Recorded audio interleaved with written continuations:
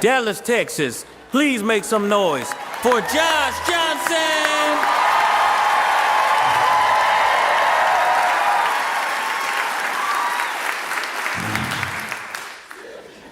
It is crazy to me that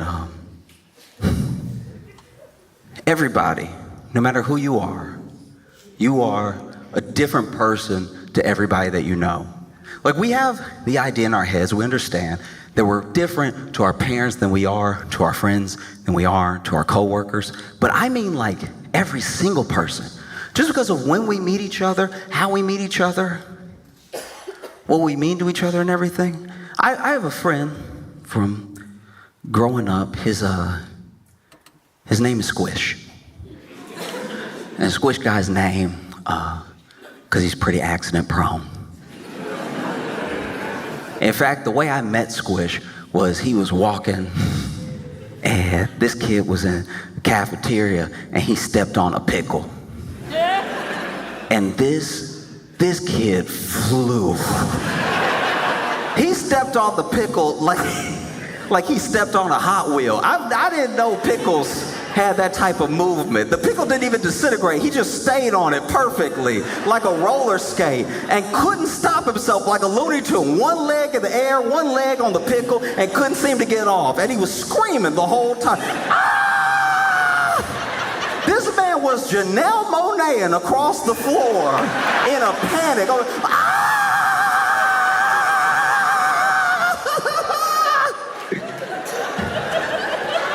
And this kid slid into some trash cans hard. And so I run up, some other kids run up, and from then on, he was known as Squish. And Squish some of his accidents aren't even his fault. Like, we had a classroom fish. It was floating in the tank, swimming around and everything. And, it was a different person's turn to feed the fish every day. And whoever fed the fish last didn't close the slide in the top of the tank back. And so the fish popped out of the tank, landed on the floor, and was bouncing around a little bit. And Squish just happened to be walking by. And we all screamed. We were like, no! And he was like, what?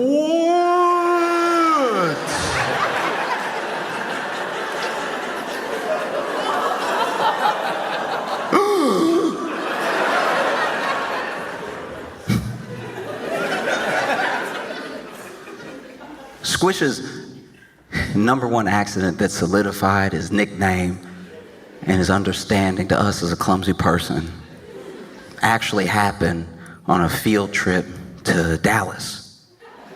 Yeah, so we were all hanging out, getting some food, because the field trip was like all planned out. We had a thick itinerary, and so we got to have lunch at this Italian place, and Squish got some spaghetti to go as well. And of course, throughout the course of us walking around, he trips and falls on his spaghetti. But he doesn't just trip and fall on the spaghetti. He manages. Normally when you fall on to-go plate, it stays where it is. This kid fell and somehow managed to get all of the spaghetti from his stomach to the top of his head covered in marinara sauce. It was like there was more marinara sauce on him than there was in the to-go plate. And unfortunately, it was a field trip to the book depository.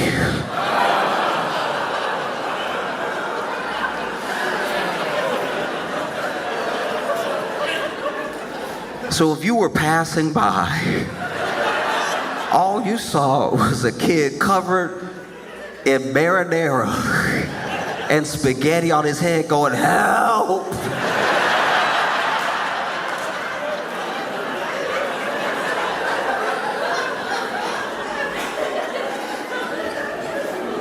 I remember when Squish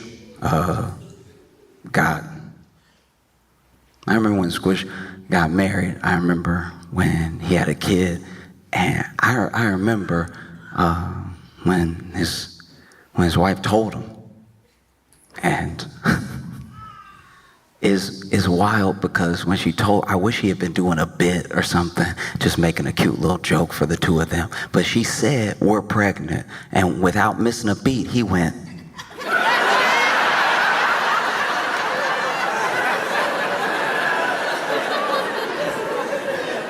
Because now Squish has a kid, and this kid calls him Dad. That's wild to me. It's wild that the people that I grew up with are upgrowing people. That feels crazy. That genuinely feels unacceptable. That the people that I grew up with are making new people that don't know what they're like. Because I know these people. This kid calls Squish Dad. I'm like, oh, you don't, that's not Dad, that's Squish. No, you weren't around, but. No. And I'm thinking about it so much because I am older now than my parents were when they had me. And it sort of recontextualized every memory. Because every year that I get older and I'm just going about my life, I think about how they were the age that I am now, but with me.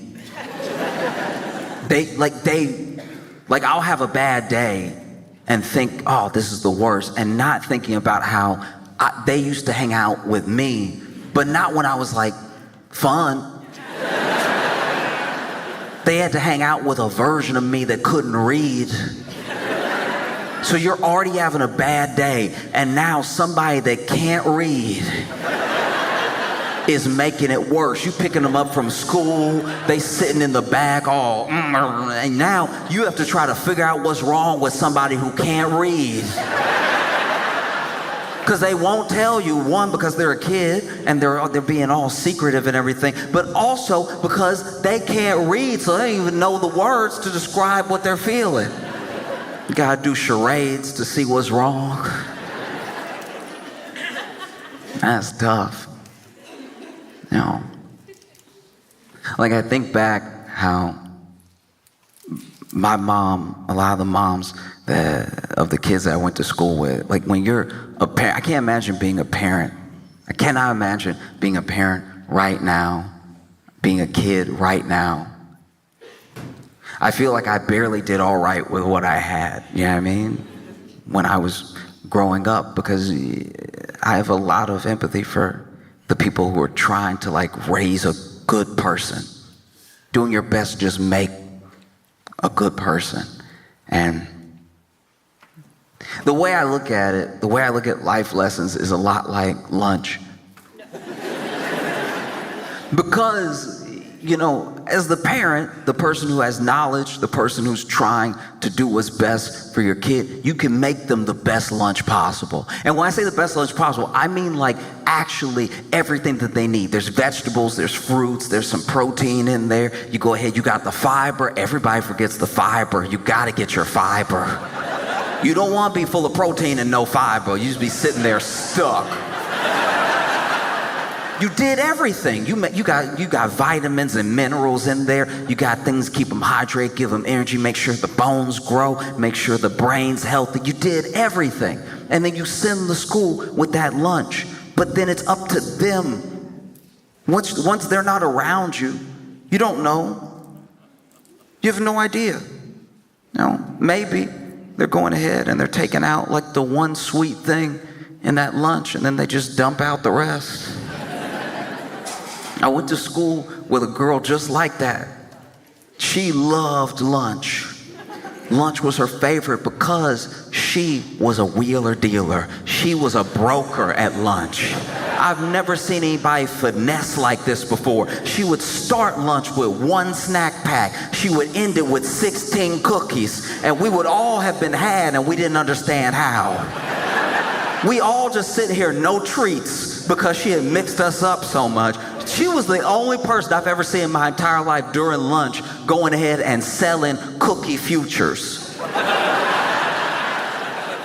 She was over here like, you know I'm good for a snack pack every day, all right? So you give me the cookie now, I'll give you a snack pack tomorrow. Now, that snack pack, you're gonna keep it for a little bit, but you know he's gonna have M&Ms on Thursday.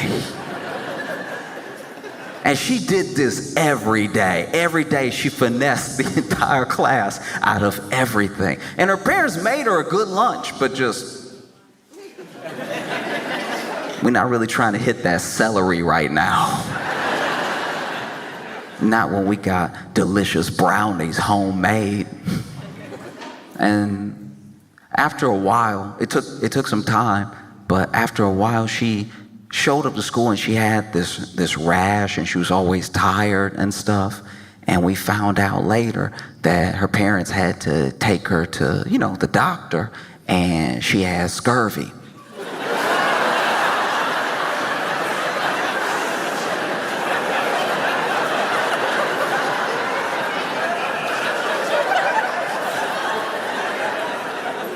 In the modern age, it is damn near impossible to get scurvy because every day, even by accident, you slipping into vitamin C. You know how many treats you gotta be eating with nothing good to hit the scurvy? This little girl had scurvy, like a Caribbean pirate.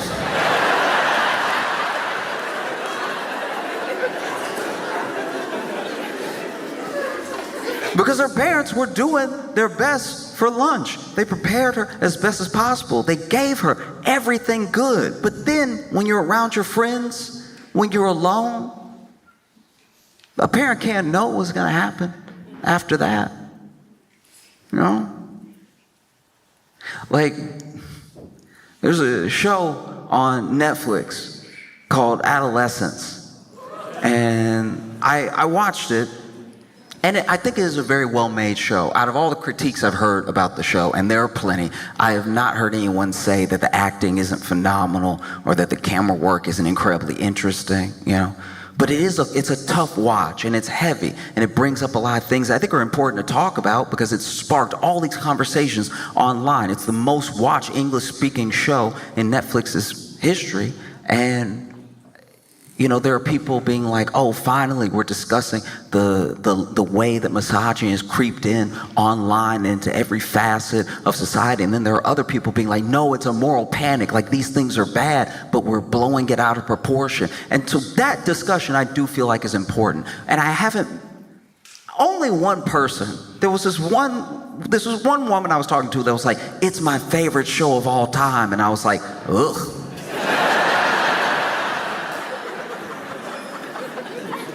Favorite all time ever? Did you watch the whole thing and that's your favorite thing you've ever watched? I'm not judging, I'm just saying that's a lot like being like, my favorite place to go is the dentist. It's like, all right, it's good that you went, but just you telling me that makes you feel good?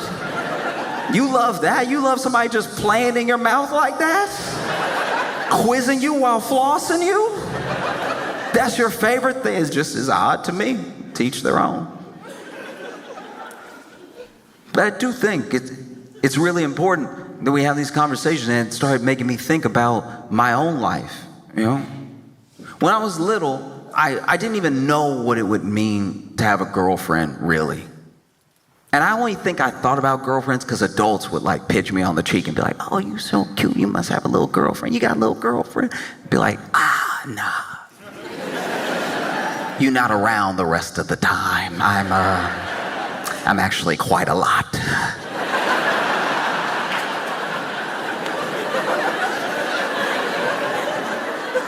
But there was someone who I used to eat lunch with for a little while there. And sometimes we'd eat lunch for the whole period of lunch, and sometimes she would just come over, to make sure we chatted before lunch was over. And we would always split my cookie, right? I'd break my cookie in half and we would chat. And I knew that I got to do every day at school my two favorite things, which was talk to her and eat cookies. And so she'd come over, we break bread, cookie bread, we break bread and everything. We talk about all sorts of stuff. And I didn't know what it would be like to have a girlfriend, but I knew if I was gonna have a girlfriend, it would be her, right? This is who I like talking to. It's who I like spending time with. It's the only person I'll share my cookie with. And one day, I was walking to the monkey bars, get some swings in. It was good to get the shoulders working. And when I got up to those monkey bars, I wasn't right up on them. I was still at a distance, but I saw her kissing a boy. And I was distraught. I saw them kiss it. I was like, no! I didn't even think of kissing! Is that what boyfriends and girlfriends do? Hey, we little, so they not even really kissing. They more just butting heads and everything.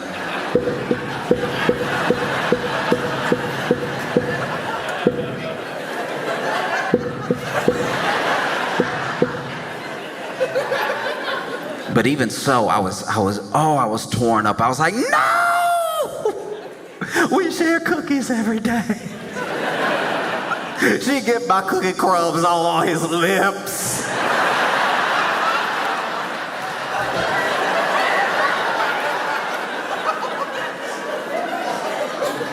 And I didn't go up to the monkey bars. I went to the little castle that we had on the playground, and man, I cried. I was torn up, And I didn't know what to do in that moment. I didn't know how to fix the way I was feeling, and it felt like I had done something wrong, even though it was just life happening.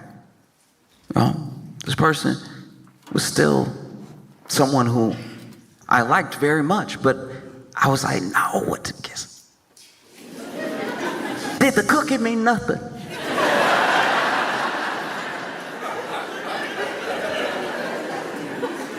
I was so torn up. When we went back to class, I couldn't even learn. Teacher sitting there with a word problem. Simple word problem, trying to get me to hit that 3 + 4, and I was like, 3 kisses plus 4 kisses is one broken man.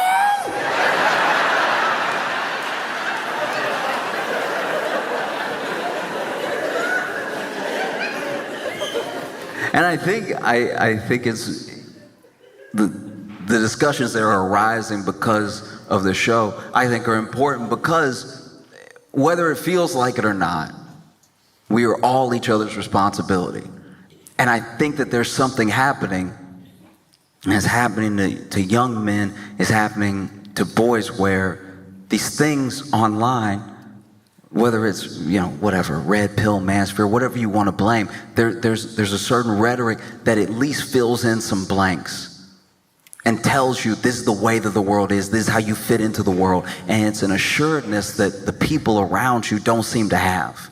Because when that happened, when that kiss happened, when you're a kid, you see things in black and white. You haven't lived long enough to find nuance in between every experience. And so I didn't see that as like, oh, this is my friend, but she happens to like this person or also like this person or like this person more.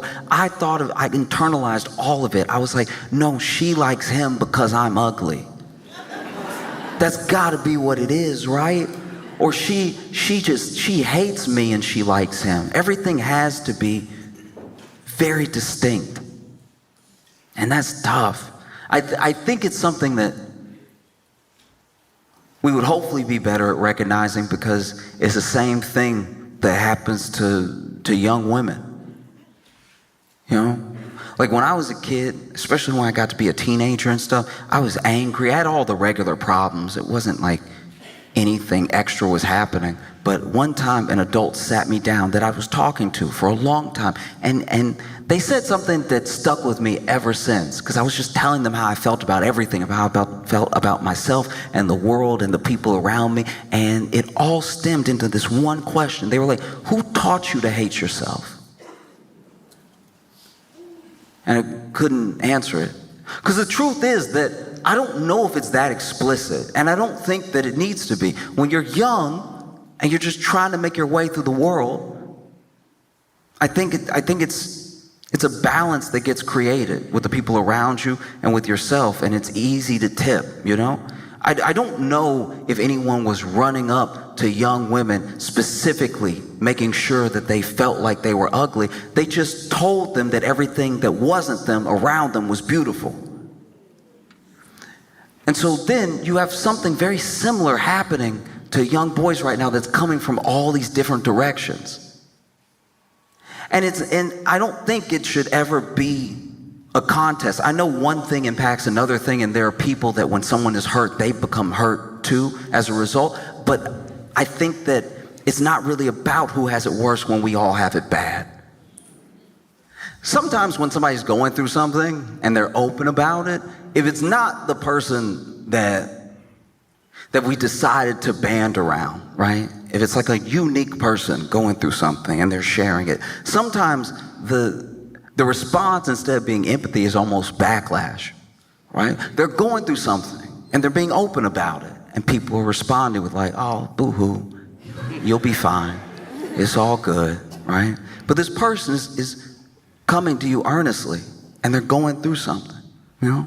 Like, we don't really, if I'm being honest, we don't really talk about the like body dysmorphia that a lot of men have. There are men packed into gyms trying to look like the action figure. Meanwhile, the action figure doesn't look like a person. Like, that's not, like, your knees aren't supposed to be as big as your head. You're just never gonna get there. That's not how people are built.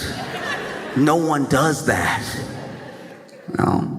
And even more than like body dysmorphia in men, the thing that I don't think I hear anybody talking about is strength dysmorphia. I know a lot of men, good men, who have looked at a box or a pool table or a TV and thought to themselves, I can pick it up. We are losing more backs in this country to men's strength dysmorphia than anything else. Strength dysmorphia is the number one cause of hernias in men. Because then you'll try to help. You'll try to be that person, to be there for them. Be like, hey, wait until we can get some help. Don't do it by yourself. And they'll be like, you don't think I can pick it up? And you're like, it's not about me. Your knees don't think you can pick it up. Your legs don't think you can pick it up. Your back doesn't think you can pick it up. Your glutes don't think you can pick it up. One time I was on a road trip with some friends, and we heard it when the tire popped. We heard it immediately. So we pull over, right? And our friend who was driving, it's his car. He had everything ready to go. Had the spare tire, everything to change the tire, except he forgot the jack.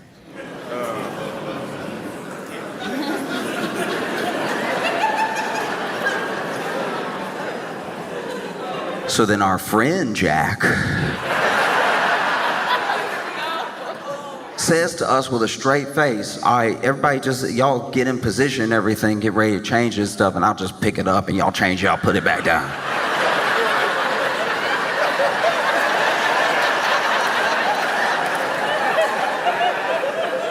I had questions.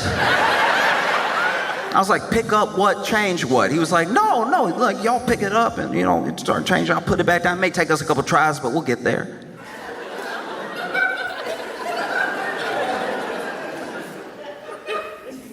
There are two types of people who can pick up a car. One are strong men. And by strong men, I don't just mean men that are strong. I mean actual competitors, like strong men. All they do is train and work out and lift heavy things. They almost look like the action figure, but they're not quite there because your knees are only going to get so big, right? But they got very big shoulders, big head, everything, big arms, and they pick up boulders and they put them on top of stuff. And then sometimes they pull trucks. They have the chain and they pull, and you can see that tire moving a little bit. You're like, he is moving it. Wow. You can watch it on ESPN2. That type of man. That man right there, he'll never turn around fast, but he can pick up a car. You touch him on the shoulder, it's going to be a while before he gets to you.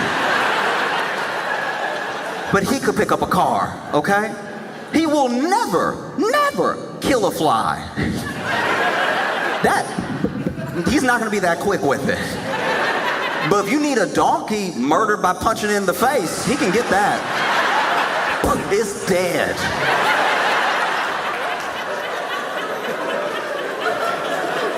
That's one of the type of people that can pick up a car.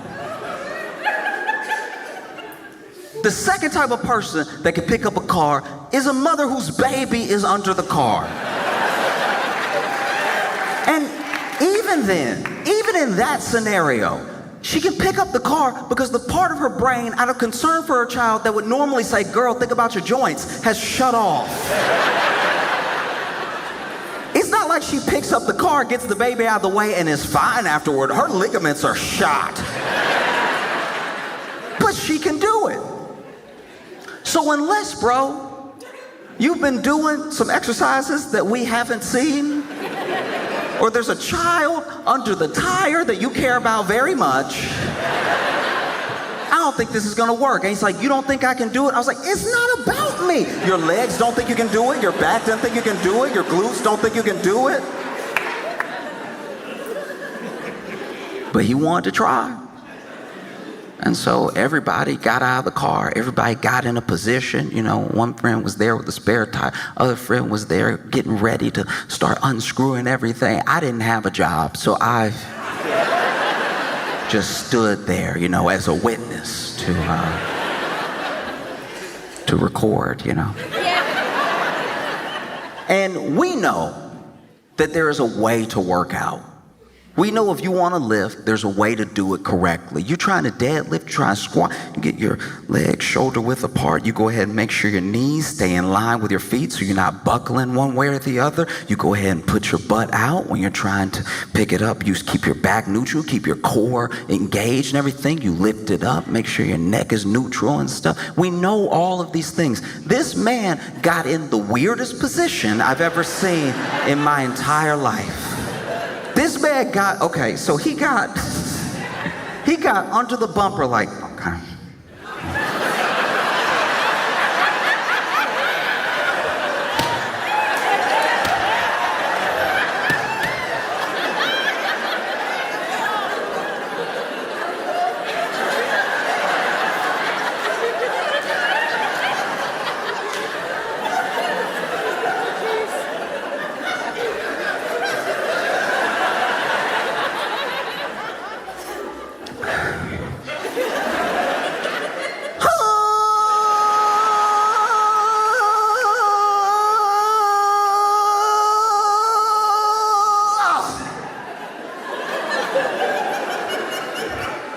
Y'all get it?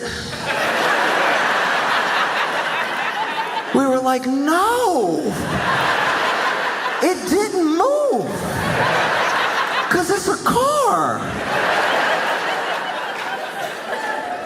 How long did you think you were lifting it? What world are you in? And he's like, oh, you know what? That's my bad. That's my bad. No, I'm doing it wrong. I'm doing it wrong. I'm going to turn around. Turn around. You know that lift that's famous for being much easier, where they go to the Olympics and they put the bar behind them to pick it up. You know that thing that we've all seen before? This fool turned around, put his back to the car, like, okay.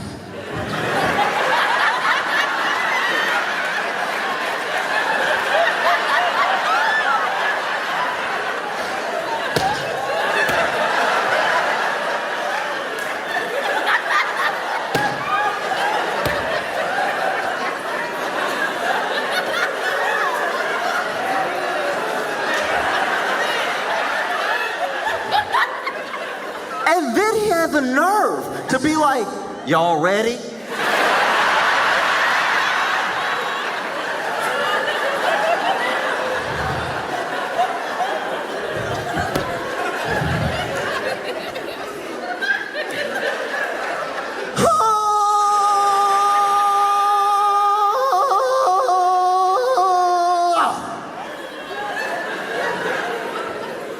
Y'all must have got it that time, right?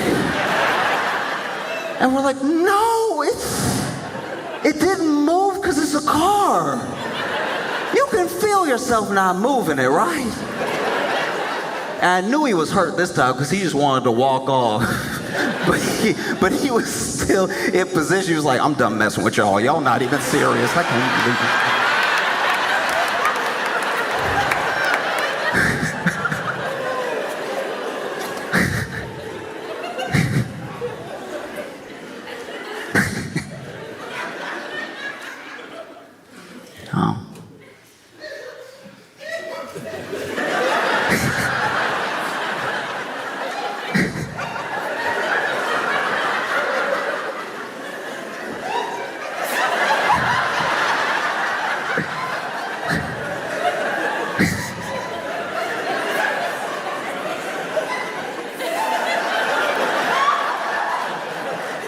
Over here doing my job for me. That's right.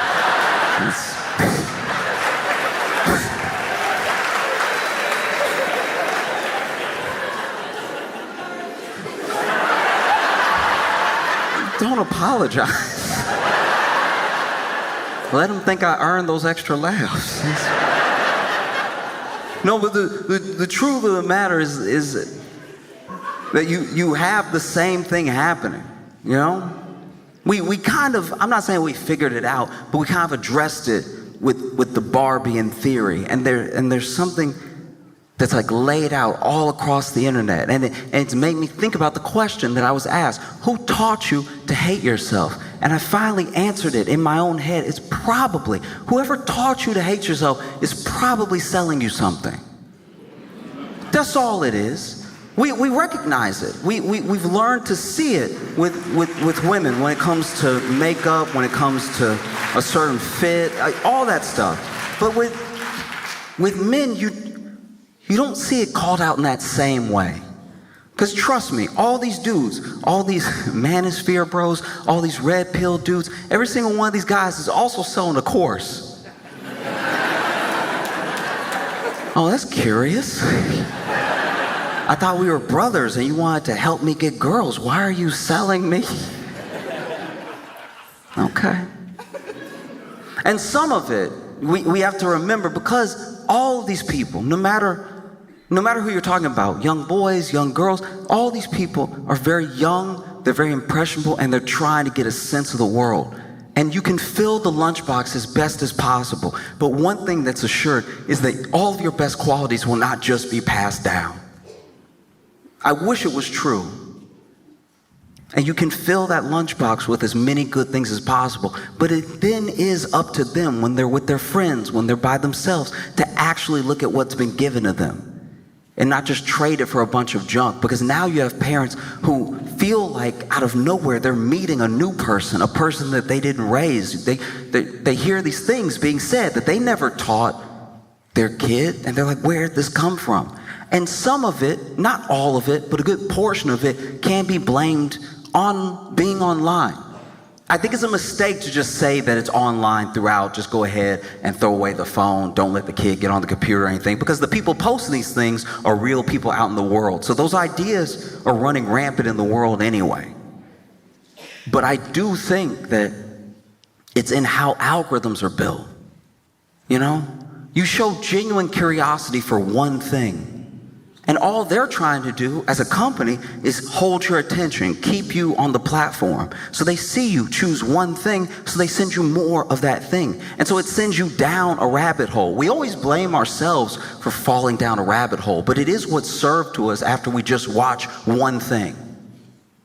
You know, you watch one alpaca kick somebody in the chest.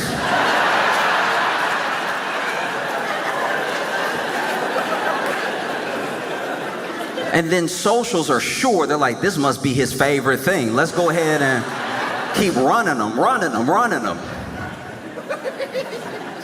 You know? And I'm blessed that I am who I am. I was born when I was born. I have my own problems, my own worries and everything. The hardest life you're ever gonna have to live is your own, which is why I do my best not to judge anybody, because I think genuinely that if I had been born as them in a different time, I'd probably be just like them.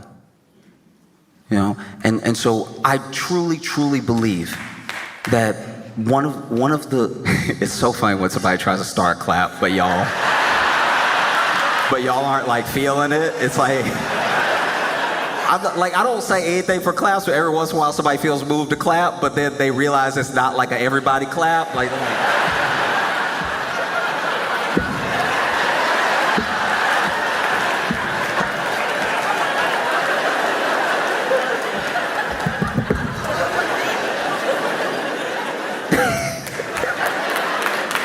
No. I didn't want to, but I didn't. You know, let me earn it. but the truth is that, like, when it's that easy, I think we have to look at these problems as interlinked. You know. Because people talk about incels, they talk about people who've taken the black pill, all that stuff like that. And you gotta recognize truly that these like incels, whatever people end up calling them, they don't really hate women, they hate themselves. That's where all that comes from. And I can only imagine if I was a kid now and I came home and I got online and I typed into Google or any platform, especially social, why would she eat my cookie but then kiss somebody else?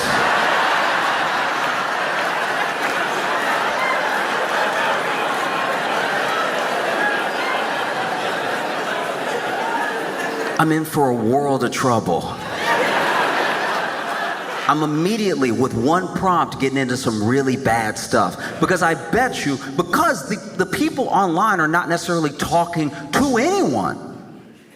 They're speaking to their own experiences and broadcasting them, projecting them on other people in every situation. And so if I type that in, I'm not getting back the answer I would get from an adult that's like, hey, look, these things happen. Maybe this person knew that you liked them. Maybe they didn't. Maybe it doesn't matter. Maybe the same thing would have happened either way. I know that's hard to hear, but there's so many people in the world. There's billions of people in the world. There are more people in the world than you can count right now because you're not great at math.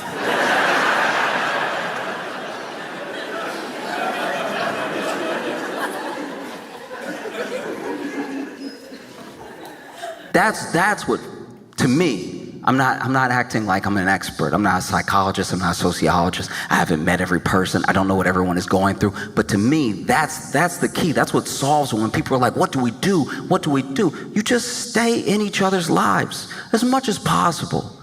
You know? All of this missing stuff gets filled in by the internet because we aren't there to do it. And I don't just mean parents. I mean like real community. I mean everyone that you know. Do you tell the people in your life that you know that you love them all the time? Do you never let a day go by without the people in your life knowing and feeling like they're loved by you? It just takes you. It only takes you. And so when you have something like that happen, you type it, you come home, you're crying, you're like, ooh, why was she with the cookie and the kisses? I'm not likely to get someone who's gonna give me a solid answer, an answer I can take to the rest of my life. You know? I'm probably gonna get somebody coming on, big old shoulders, being like, that's right, that's what women do, they take cookies. And best believe, brother, she's coming for your cookie tomorrow. And next time she won't want half, she's gonna want the whole thing. That's why you gotta shut these women down before they get your cookie. If it even gets that specific.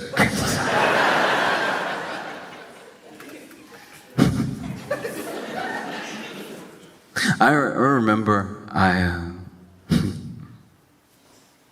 was in college. College was the first time that, like a lot of people, that I was out of the house, and I was really out there by myself. I had to make all new friends. It was good for me though. I had to just get acquainted with a new environment, and I had never been somewhere where it was all up to me. Go to bed whenever you want, do whatever you want, eat whatever you want, right? As long as you're getting good grades, nobody really cares. As long as you're not causing a bunch of havoc, no one's gonna say anything.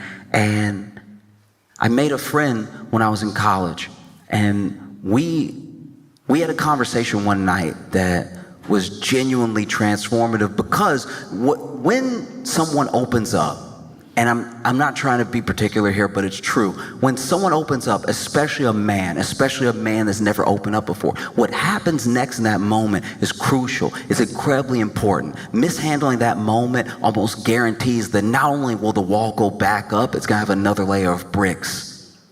It's gonna be even harder to break down. And we just got to talking. I don't even know who shared first, but he told me things. He told me about his anxiety, depression, his feeling, his lack of purpose, all the things that he thought that he was missing in the world, and everything that he thought he was not worth, and things he thought he would never get. And it was all just like coming out so earnestly. And so then I did the same. I told him things. I told him about my anxiety, my depression. I told him about everything that I was going through, how I felt about myself, how I felt about the world, the people around me. Like nothing would really matter if I was here or not, right?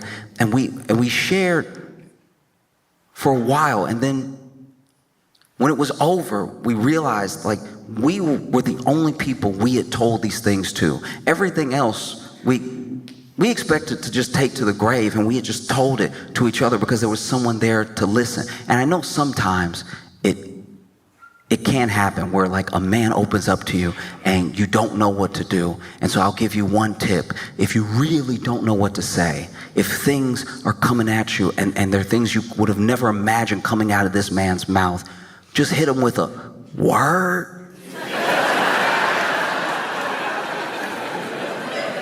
It won't fix everything, but it's a good placeholder. Because as men, sometimes word is all we really need. We're like, yep, you get it. See, you get it. But truly, we shared a lot, and in that moment, we didn't know what to do, so we just hugged it out. And don't get me wrong, it was a manly hug. You know, we tightened our arms around each other and we hit the pats. That's how you hug as a man. You go ahead with the.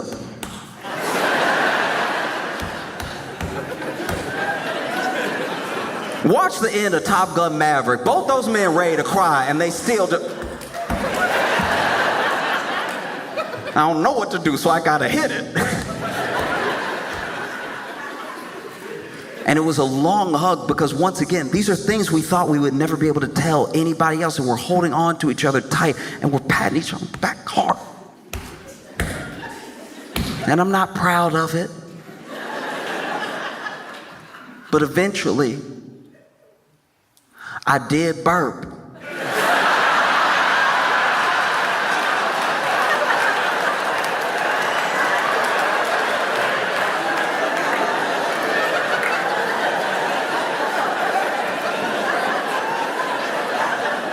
And what happens in the moment that a man opens up to you and you open up to another man is crucial. When I burped, I was like, nah.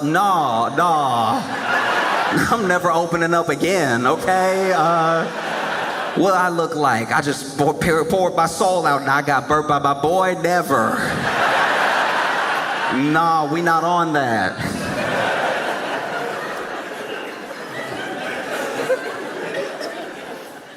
Oh.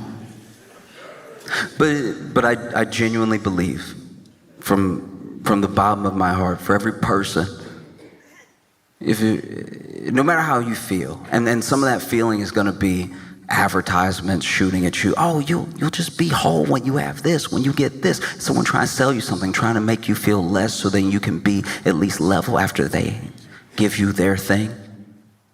But truly, I hope everyone can really hear this and understand this. If you are in the world, I remember when when it was told to me for the first time, it also stuck with me.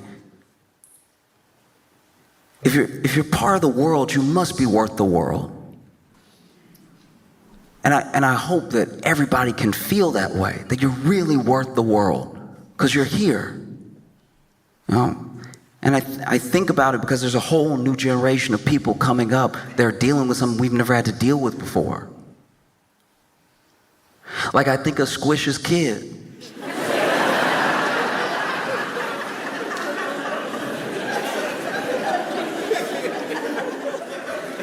I was very nervous when Squish became a father because he has dropped everything I've ever seen him hold.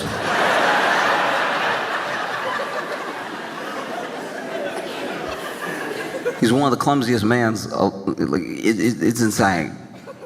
But he is kind, and he is generous, and he has a good heart. And it'll be a better world if Squish's kid is like him. I hope that that's possible. I hope he can turn out just like his dad. It'll be a better world. It'll be a more haphazard world. Like it'll be a different type of dangerous, but...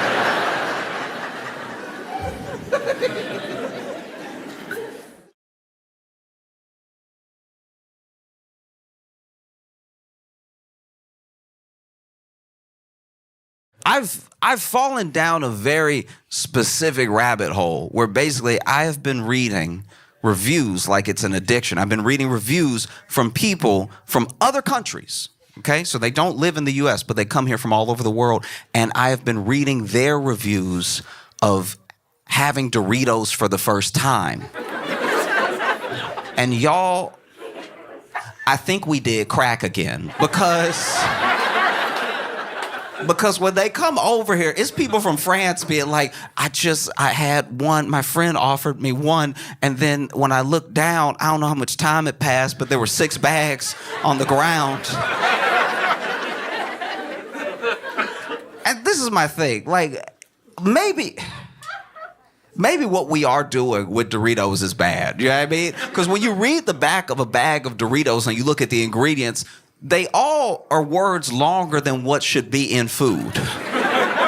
If you read the back of a bag of Doritos, it looks like the recipe for meth, right?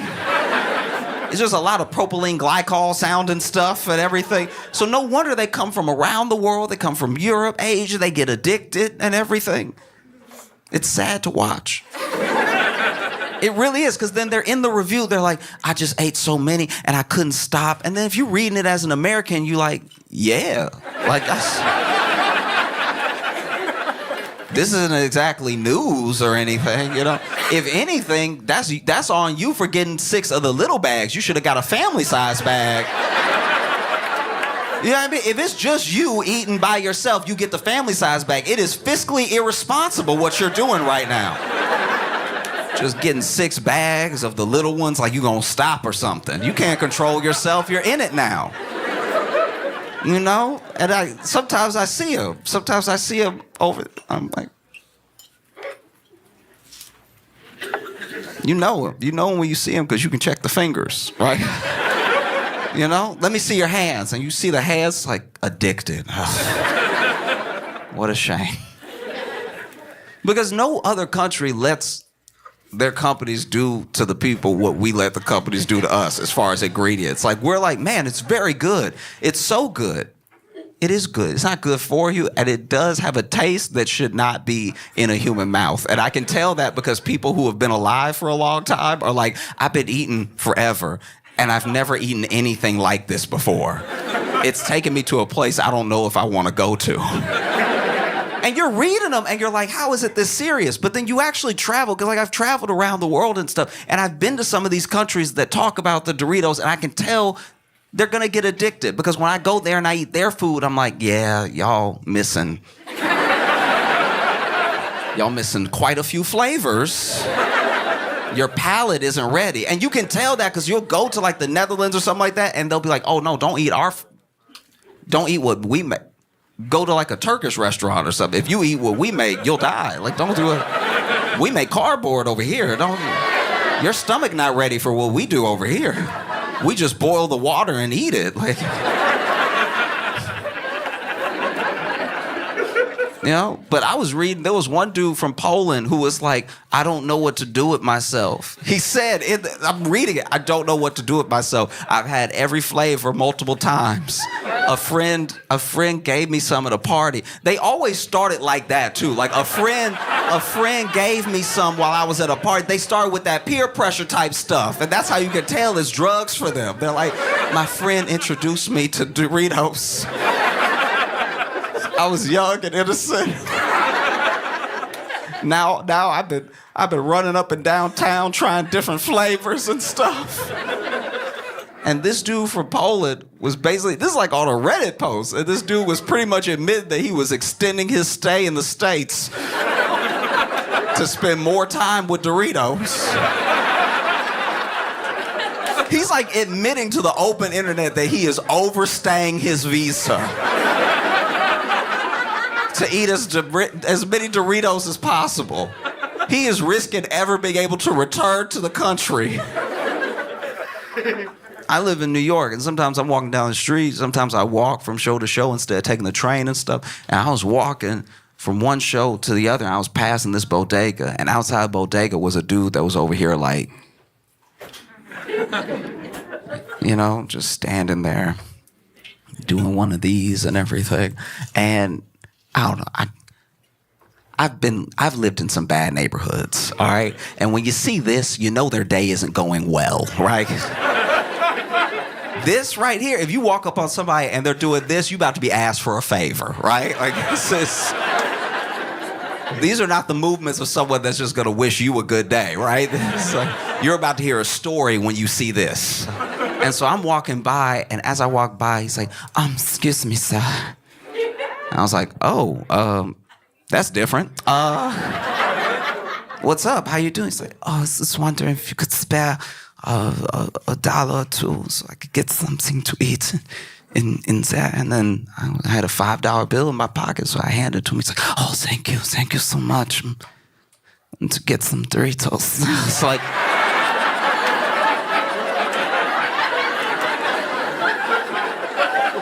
I'm an enabler. Like,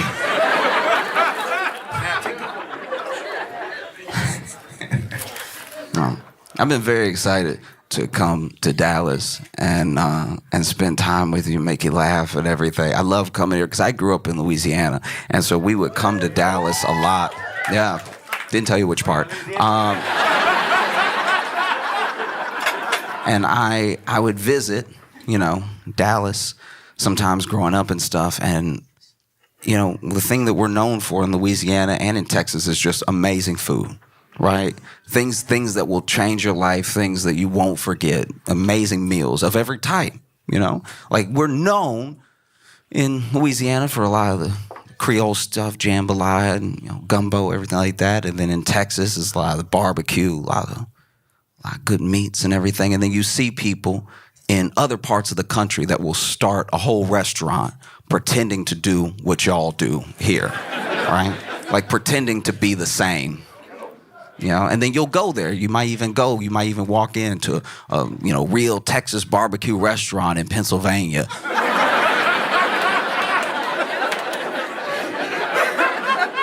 And you're nice, you're cordial, because you're good people. And you sit down and you have a couple bites, and then you're like, no. No. That was good. You tricked me. You got me to come in. That's good. I like what you did there. It's because you got the font right. You got the font on the... That's what got me. You got the print right on the awning. And, ooh, okay. Because this isn't Texas toast. This is fat bread. You did fat bread. You didn't do any... Oh, you won't get me again, but that's nice. That's nice. Got to give it to you. Wow. You know? And that's the thing. Is that sometimes, you know, you have food that people really believe in, but it is bad. It's just not good. Belief doesn't make a meal, right? And especially when I look online, you know, it feels sometimes like we're lost, you know? And I can tell that we're lost just because of what I see happening nonstop. Also online, because you have a forum, because people can comment, I see people say some of the most beautiful things and some of the most hateful things to each other that we know people wouldn't have the courage to say in person, right? Sometimes you're in person and maybe you want to tell someone how great you think they are, but you're worried about being embarrassed, so you keep it in or you just give them a thumbs up, whatever the thing is, right? But online, if you're never going to meet this person, you can really let them have it, one way or the other, good or bad, right? And so I've seen some really like hateful comments that I know people wouldn't say if they were in person with the person, right? And when it comes to cooking TikToks, I think some of this hate doesn't go far enough. I think that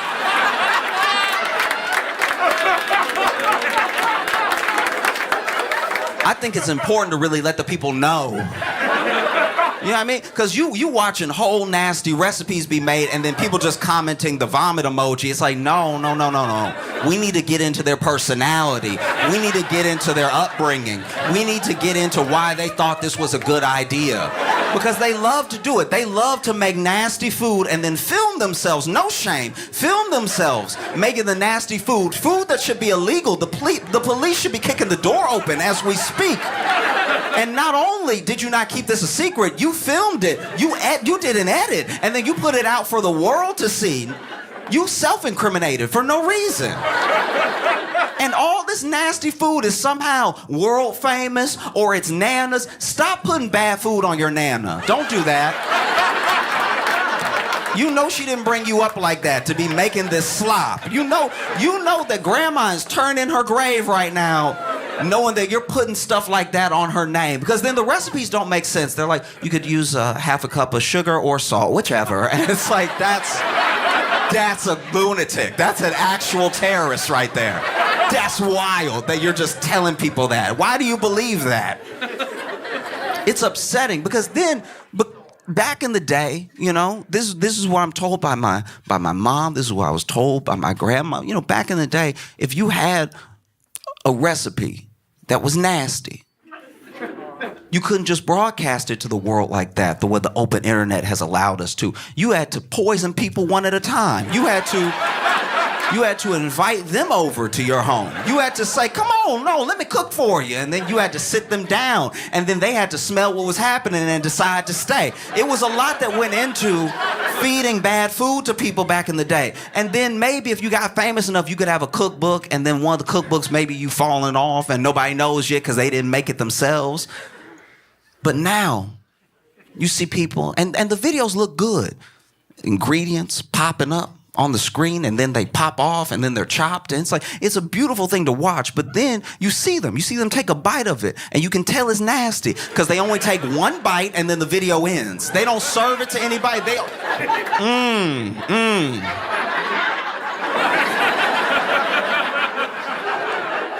Because you know you've been invited to someone's house that thought they could cook but couldn't.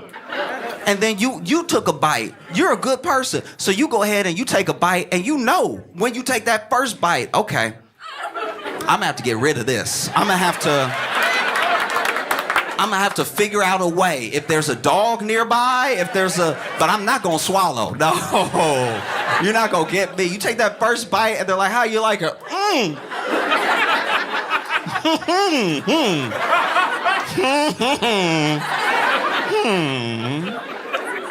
Oh, you can tell you made something nasty if somebody take a bite and then can I be excused real quick? Where's your bathroom at? They just in that bathroom sweating, just like, what am I gonna do? It's a full plate. Oh, it's really horrible what people have done to each other. You know what I mean? It's just with a straight face, too. And now you got people broadcasting. Come with me while I make my Nana's world-famous mayonnaise grapes or whatever. Like, and they don't even know there's anything wrong with it because, once again, they weren't brought up with sense. You know? The amount of times I've been brought over to someone's house, and look, if anyone goes to the trouble of cooking for me, I appreciate it. You took your money, you bought the ingredients, and maybe you messed it up, all right? Maybe that's what happened, but I still appreciate the effort, right? As long as I don't have to finish it, you know? Because the amount of times I've been invited to someone's house and been fed shepherd's pie. You can tell from your groans. Like, shepherd's pie is already on the line.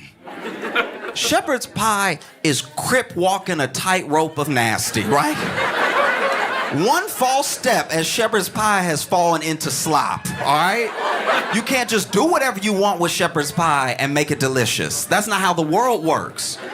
And I have been fed shepherd's pies that make you go, maybe I don't know how to eat. Maybe I'm the one. You know what I mean? Because I'll bite into a shepherd's pie and they'd be like, what just cut my mouth? Because that's what I hate. If you invite me over, at least know you cook what you cooked. Know you can do the thing that you said you... Don't invite me over and then be like, you know, I just went ahead and threw out the cookbook on this one and just went with the flow. Not with my mouth. The amount of shepherd's pies I've had where I've been like, all right, how good of a friend are they? One time I got invited to a friend's house and he made shepherd's pie and he put the he plated us, right? Gave us the bowls of shepherd's pie or whatever and then fed the dog at the same time. And the bowls looked the same, right? And so I was like, what did you do for this to look like this? There's shepherd's pie and then look, I'm gonna lose some of you, but we have to talk about it, all right? I've been invited to friends' houses before where they have served, I won't even say served, they subjected me to their version of pot pie. Pot pie is unacceptable, all right? Pot pie is absolutely insane. First of all, I knew I didn't have money growing up when my mom would take us to Walmart and we would go to the frozen section and she would grab that banquet pot pie, right? That red box of pot pie. In the only condition where a pot pie looks good is that picture. When they pull it out the oven and they do the slit and the steam coming up. And you don't even see, you see the steam and you see the crust of the pie. You don't see the slop that's happening below. You don't see the insanity that's having that hot sludge with peas and carrots and supposedly chicken. You're not seeing any of that. That's not chicken. I know chicken. Me and chickens are tight, right? I know chickens back and forth, left and right, and that is not chicken, okay? That's not chicken at all. I don't know what it is exactly, but it doesn't have the consistency. That's not chicken at all. Sitting there with a pot pie. Pot pie is disgusting, okay? I remember the first time my mama fed me a pot pie. Went, got it, put it in the oven, was telling me about it. Oh, you know, I think you'll like it, everything. And then, you know, she pulls it out of the oven. I remember my first bite of pot pie. I looked at my mama and said, Mama, I'ma work so we don't have to live like this. Like this Mama, I'ma change our lives, okay? It won't be like this forever, all right? Because I know you doing your best. Pot pie, the hot sludge that is under the crust of pot pie. And then I had a friend try to argue with me about pot pie. He was like, no, the crust is the best part. Ooh, okay. Wait, if you think crust is the best part of the pot pie, I got good news for you. If you love the crust of a pot pie, I got a good word for you today. There's something called bread, all right? Oh, if you love the crust of a pot pie, wait until you meet bread. Bread, when bread comes into your life, it's gonna change. If you love the crust of a pot pie so much you're willing to endure a pot pie, then get ready to meet toast. You can have dry, crusty, delicious bread that has nothing to do with purple Greek sludge, whatever. Because that's the other thing. It's people's version of pot pie. So I've had pot pies that were just like the standard peas and carrots and chicken or a little bit of beef or whatever. But I've also had ones where they were like, I threw a little goat's cheese in there. I did. This is not up to interpretation. This thing is nasty through and through. Pot pie.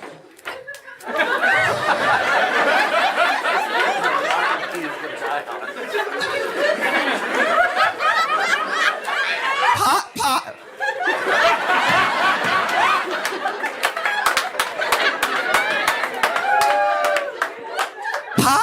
pie is white slave food, all right?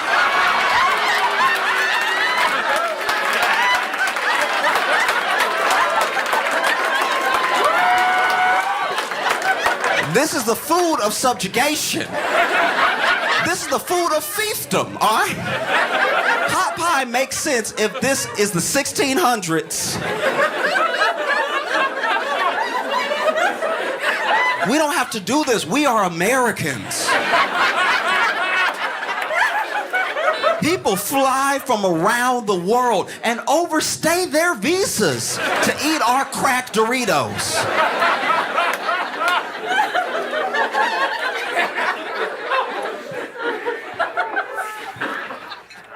I've been watching so much news, which is depressing. You know what I mean? It's like they don't tell you about the good stuff.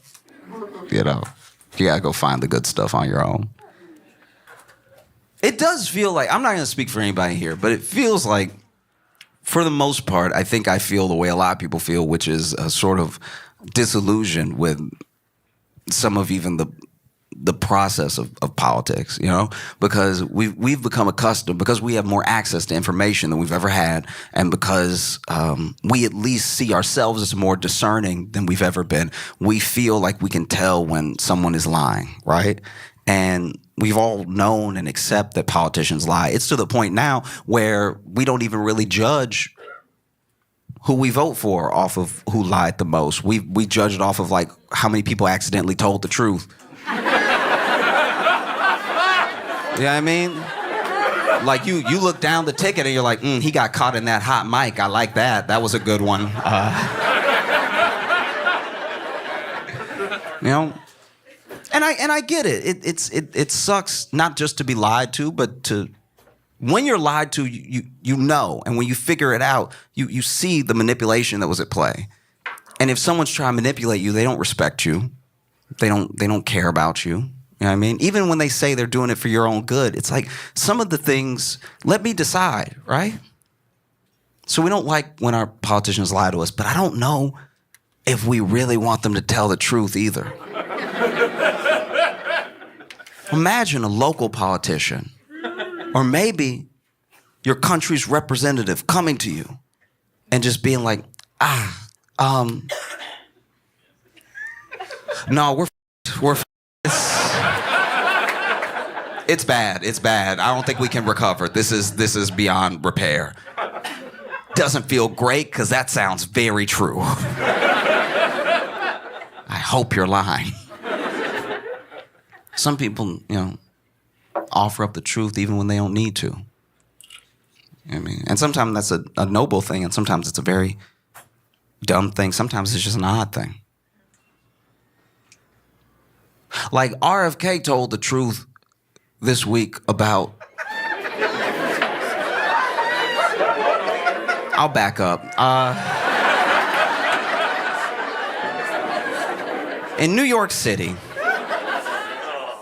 in Central Park, in 2014, there was a bear that was found in Central Park. They're not native.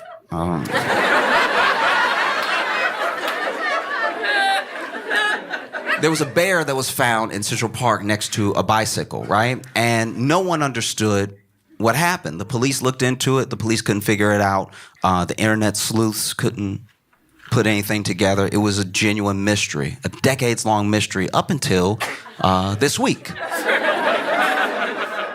When RFK Jr., for no reason, told the world, y'all, that was me. That was...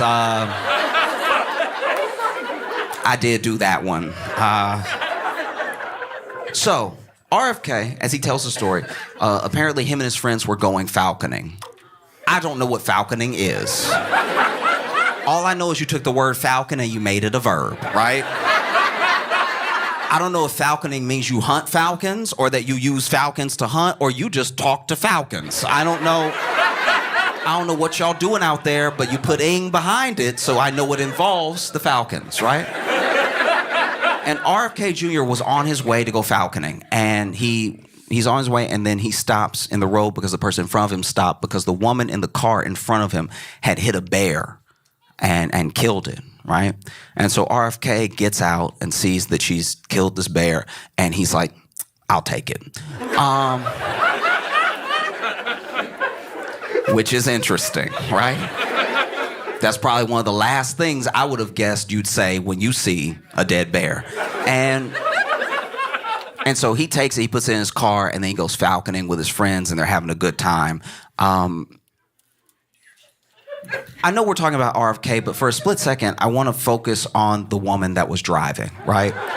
Because there are a few shocks that she had to get over within her day.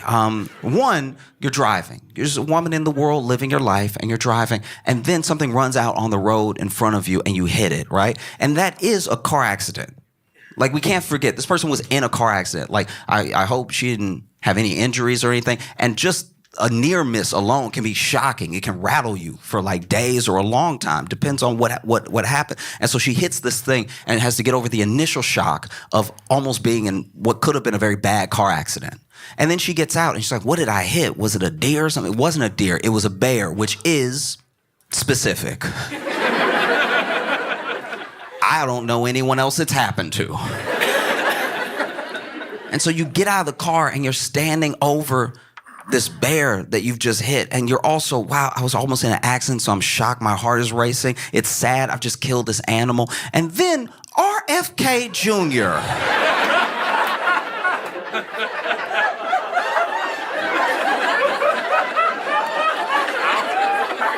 walks up to the other side of your car and stands over the bear with you and goes, I'll take it.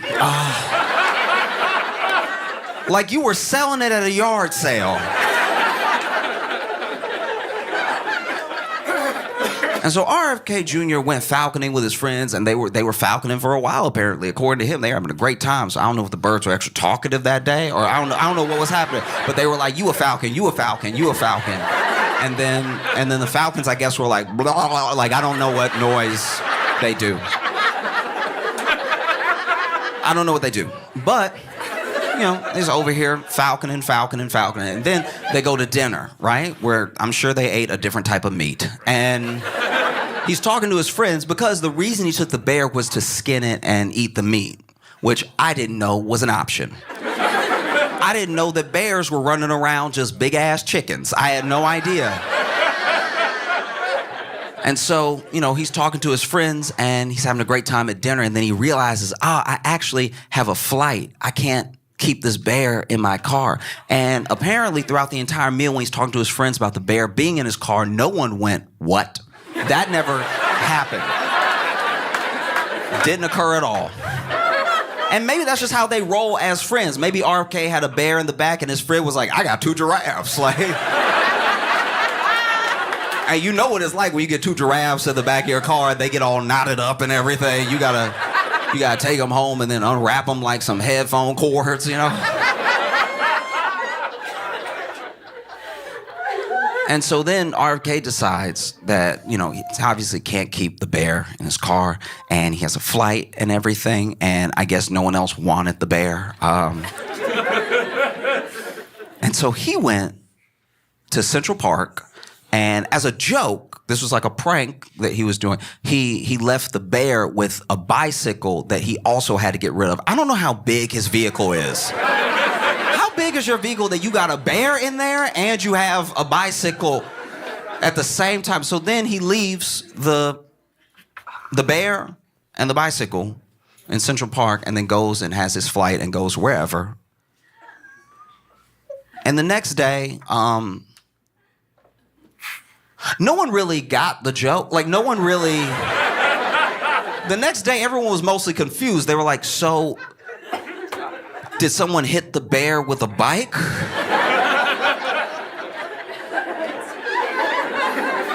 Or was the bear riding a bike and then decided to die? Like, was the bear on a bike and then was like, this ain't for me? You know what I mean? And so no one knew, no one put it together, no one solved the mystery until now, because RFK Jr. came clean. Because he was the only one that knew. The other reason that no one solved it until now is that the woman who let's go back to her for just a quick second. I think the woman that hit the bear and then gave it to RFK or let him take it and then went about her life, she also didn't come forward, because I think the next day when she turned on the news and saw the bear in Central...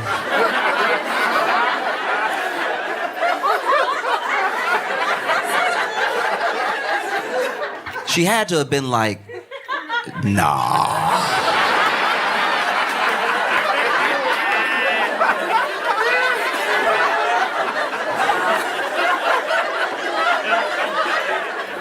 There's no way. I like to think that from her perspective, she hits the bear, RFK takes it, she goes about her life, but then the next day, she thinks that RFK thought that he needed to make it look like an accident.